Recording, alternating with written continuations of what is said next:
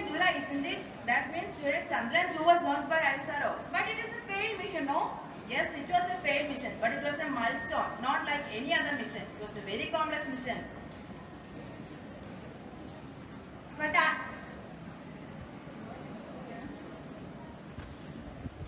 can you explain it? Yes, of course I can explain it. Chandrayaan 2 main mission was to attempt soft landing on the moon.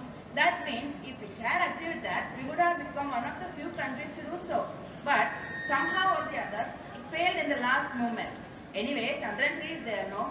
But did you heard about where from Chandrayaan 2 was launched? Yes, it was launched from Satish Dhawan Space Center. Exactly. Chandrayaan 2 was launched from Satish Dhawan Space Center, from where Chandrayaan 3 was also launched.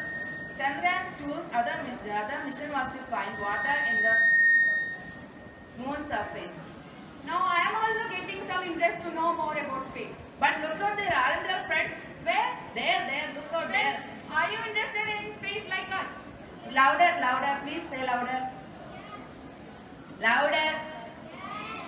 Okay, now let's conclude this with Thank you. thank you.